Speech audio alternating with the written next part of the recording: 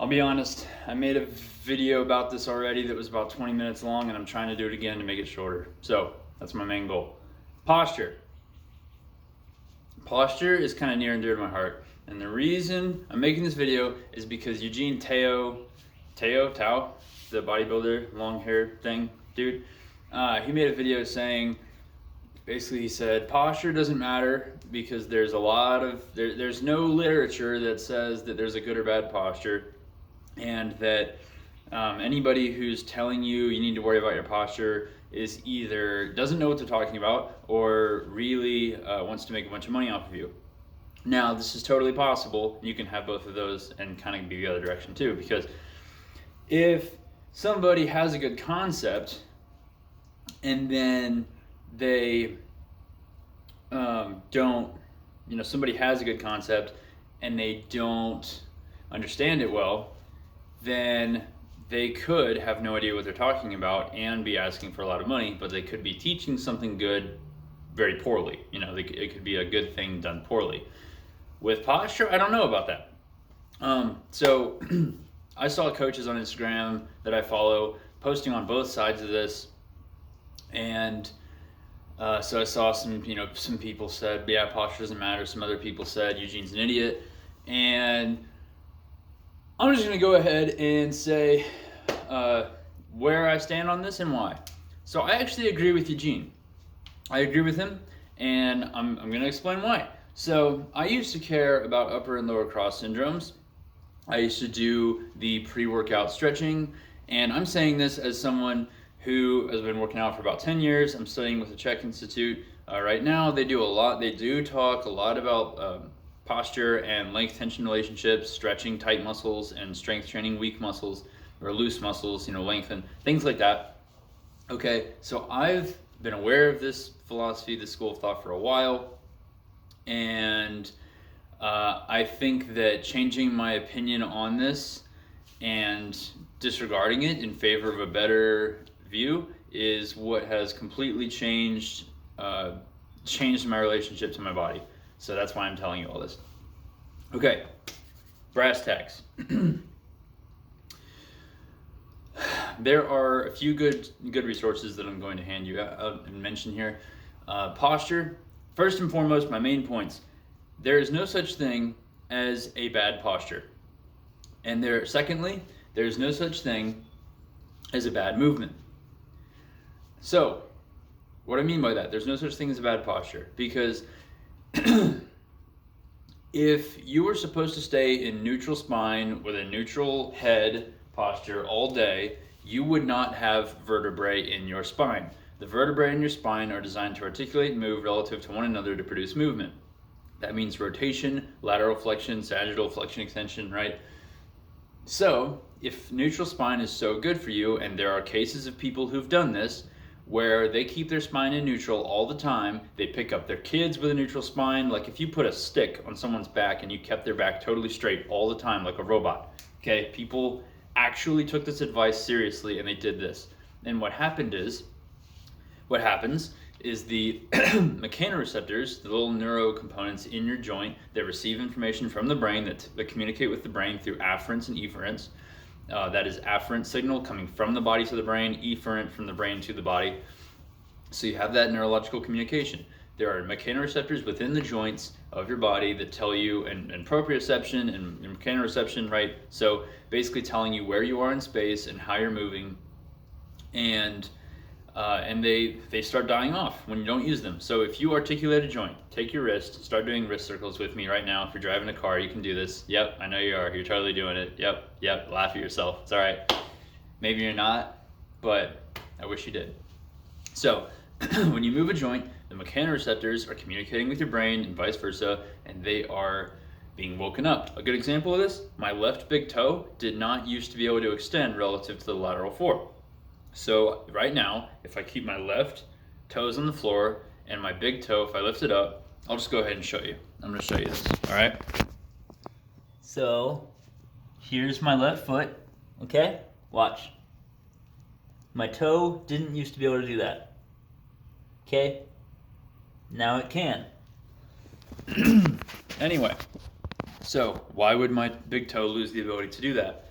Because, well, the mechanoreceptors die off if you don't use them, if you don't practice being barefoot, if you wear shoes all the time and socks. It's basically like putting mittens on your hands all day. Okay, I can make a different video about that. But the point is, when you don't use a range of motion, the range of motion goes away because the neural communication conversation stops, and your body is efficient, your body likes to save energy, and it gets rid of unused tissue, unused mechanoreceptors, and basically neurologically and physiologically, muscularly, you will see atrophy. Okay, that's why I've said there's no such thing as homeostasis. There's only atrophy and hypertrophy. So there's no such thing as a bad posture, because if you were supposed to be in neutral all the time, you wouldn't have vertebrae, you would just have a post. Okay, your spine would look more like your femur, and it doesn't. And the reason is it is meant to move. So posture, no bad movements. The third point that I want to make is that the only way that a joint receives nutrients is during movement. The joint receives nutrients from the surrounding blood supply via diffusion. Your joint acts like a sponge. When you move it through a range of motion, it sponges, it kind of pumps, and you pump blood in there, and it squeezes the nutrients in from the blood, kind of like you would squeeze water out of a sponge, you know, so it's going to pump nutrients into the joint.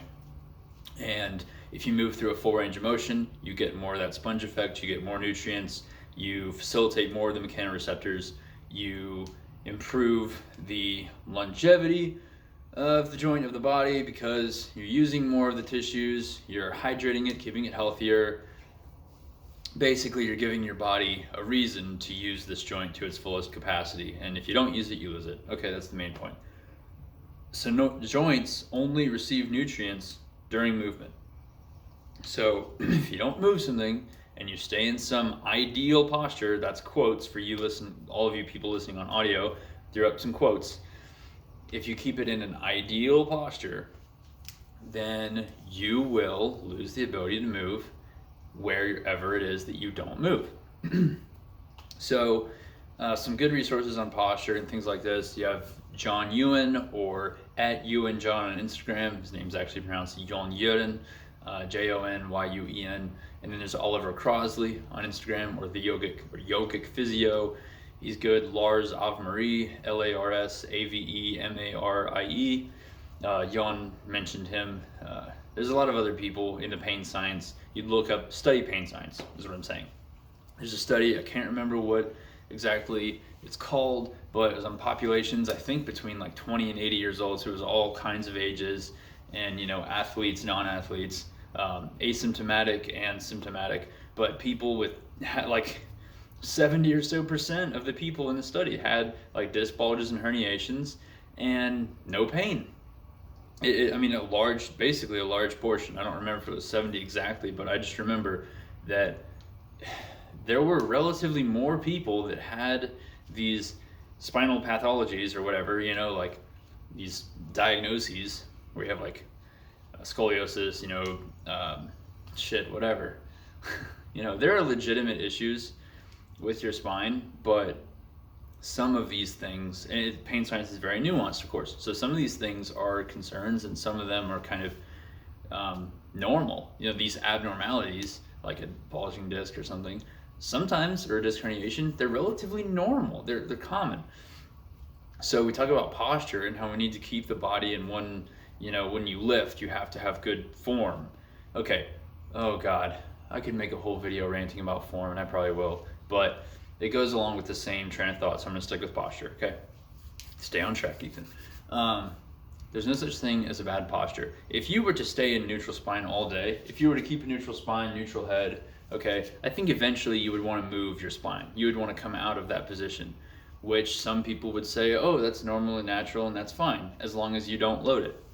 Okay, so everyone who ever picks up their kids, your kid is a load, all right? I have an 8-month-old, your kids are a load. Never pick them up with a rounded spine. Next time you go to pick them up, you're not allowed to round your spine. You have to squat down, you have to hinge like it's a deadlift. Watch everyone in the room fucking stare at you like you're a crazy person, okay?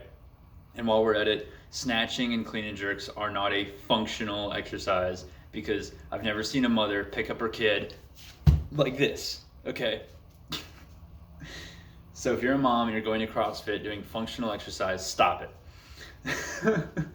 The only good posture, I'll finish point one. The only good posture is a moving posture because joints receive nutrients via diffusion from the surrounding blood when they move. So if you're not moving, you're not getting nutrients, the joint is calcifying, it's dying, the mechanoreceptors are dying off, you're losing the hydration, the nutrients, right? Okay, so move if you want a healthy joint.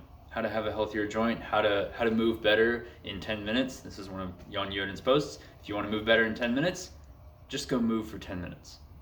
Simple. Oh my God, there's no chiropractic tricks to that. So just move, guys.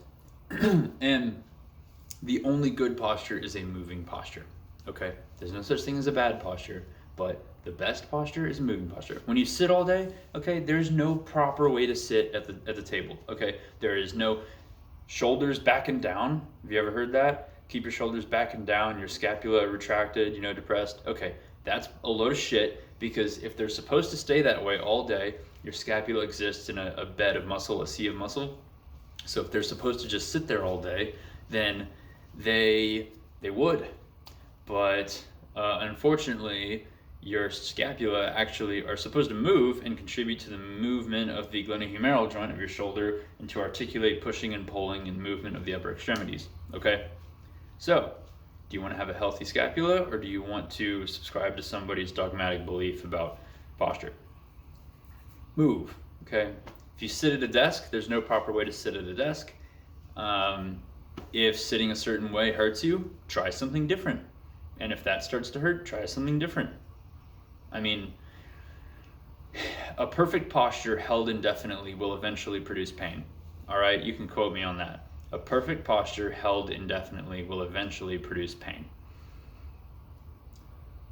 Because at some point, you're going to have to move outside of that range of motion, and your tissues will not be exposed to it. They will get stress loaded more than they've been before, and it will cause some kind of atrophy or hypertrophy, okay? So that's point one. Point one, there's no such thing as a bad posture. The only good posture is a moving posture, or various postures held for reasonable amounts of time, right? Okay, so get up and walk around at your standing desk. There's no such thing as a bad movement. Point two, moving into point two, this is gonna be a long video, can't help it. Point two, there's no such thing as a bad movement because everybody wants to tell you to not put your knees over your toes. Okay, this is where I agree with Ben Patrick. Knees over toes guy. I challenge anyone who thinks that your knees should not go over your toes in yoga class to walk up a staircase. Can't do it. Okay? Walk down the stairs. Walk down a staircase. Walk anywhere. Okay? Your knees are supposed to go over your toes. And to think that they can't is ridiculous. And here's an arching point between movement and posture. Movement, okay, how point one and point two go together is because movement is just a collection of postures performed one after another. And if you stop and you freeze, if you move around a lot and then you freeze, then that is a posture held for a longer duration of time. Okay, so posture is kind of the beginning and end point of movement. And during movement, if you were able to freeze the frame, you would see somebody in different postures. Okay, so there's no such thing as a bad movement because there's no such thing as a bad movement. There are only unprepared bodies or unprepared tissues, weak tissues. Okay, that's a Dr. Andrea Ospina quote, Functional Anatomy Seminars. Shout out. I tried a lot of this CHEK stuff, there's some good material in the CHEK Institute, but when it comes to posture, I disagree. And I did a lot of the corrective exercises like every day religiously for like 30, 40 minutes, didn't help. Tried Kelly Starrett's, I tried to roll, smash, floss, banded distraction myself into oblivion, didn't help. Banded distractions have a place in manual therapy, I'll say that, but otherwise, I don't really know. I don't think any of that stuff's necessary. And then I found Functional Anatomy Seminars, so shout out them because that shit actually helped. Went to a PT around here and he didn't help heal my tendon tear in my pec tendon. It partially tore and local PTs were shit. So I went to functional range release in functional anatomy seminars, and John Quint is his name. He was, rest his soul, Louis Simmons. He was Louis Simmons' manual therapist, part of the time, or the good majority of the time there in the last, handful of years. So John does some good work. That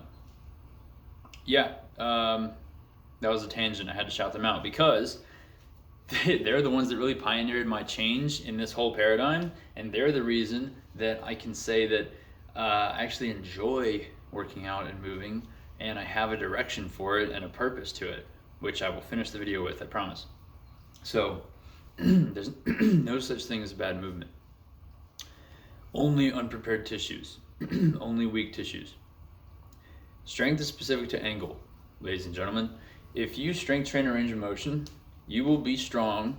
You'll have some carryover in that range, the range of the joint that you move through, okay?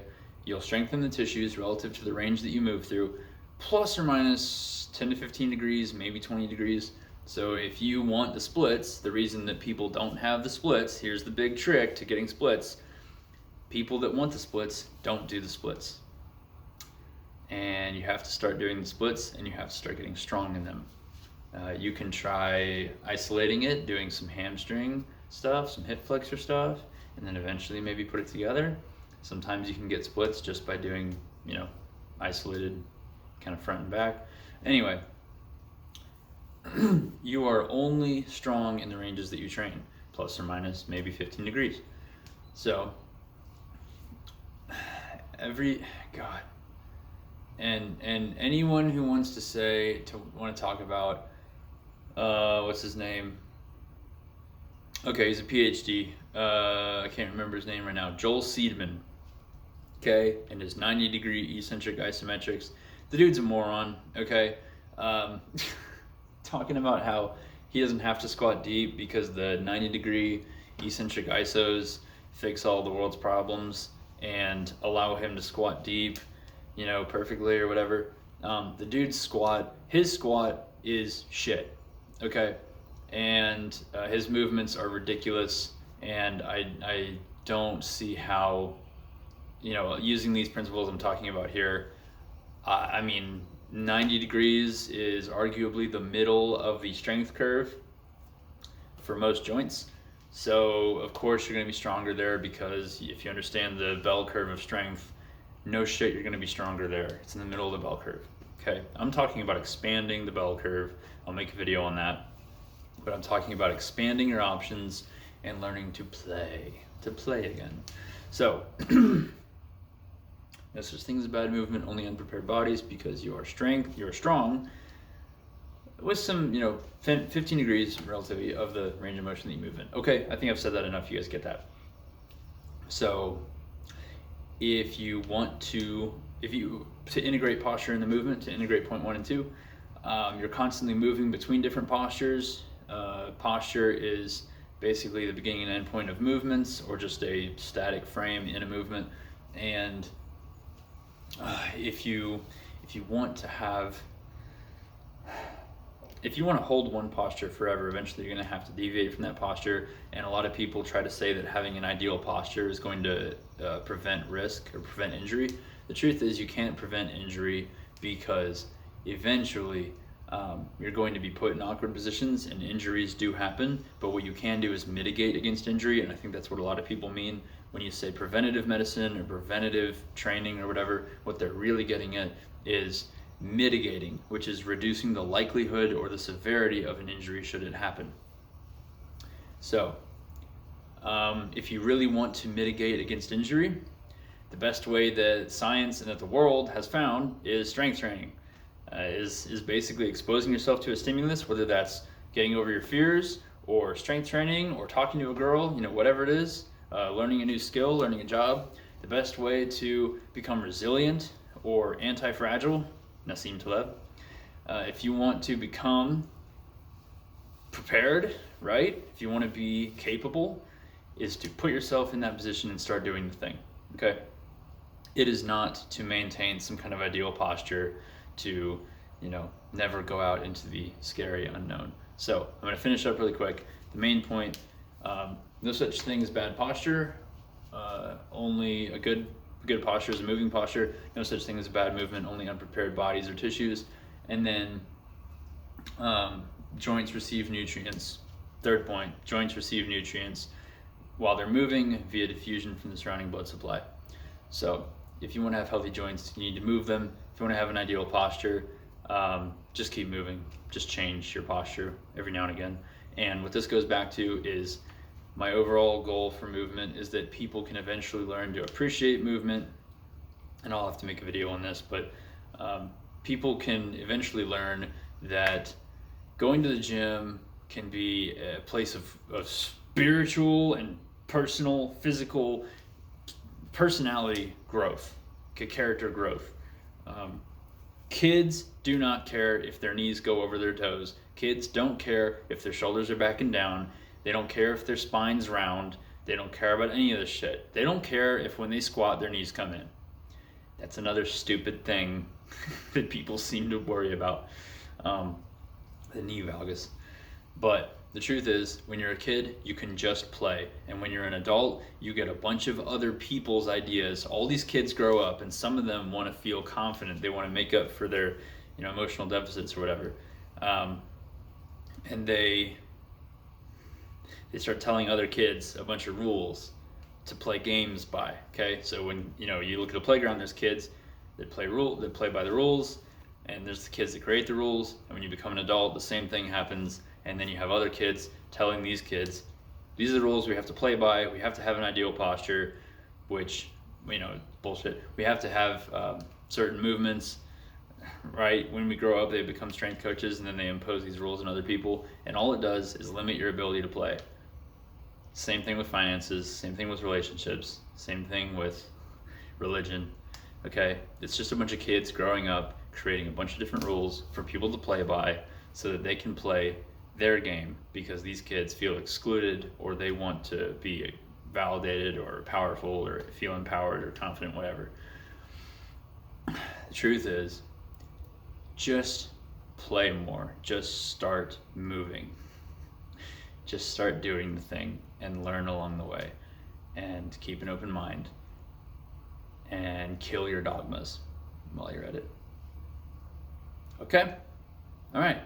Last thing I might make a video on is that posture has to deal with trapped emotion. I think that's why you see some of these abnormal postures, some of these really far deviated postures. I think a lot of that has to do with just, traumatic events. And if you can stretch, sometimes you can alleviate. There's some studies on this. Kit Laughlin, in his book Stretching and Flexibility, he mentions some in the first 20 pages that if you stretch, sometimes you can release trapped emotion. People have emotional responses to stretching all the time, and I think personally that a lot of postural dysfunctions are more neurological and emotional and psychological than they are physical. That's why a lot of people do corrective stretches forever and they don't fix them, because there's a lot of other things that can be connected to postural abnormality. So, at the extremes. Anyway, that's all I got. It's a long video. Thanks for sticking with me, and I will talk to you soon. Have fun.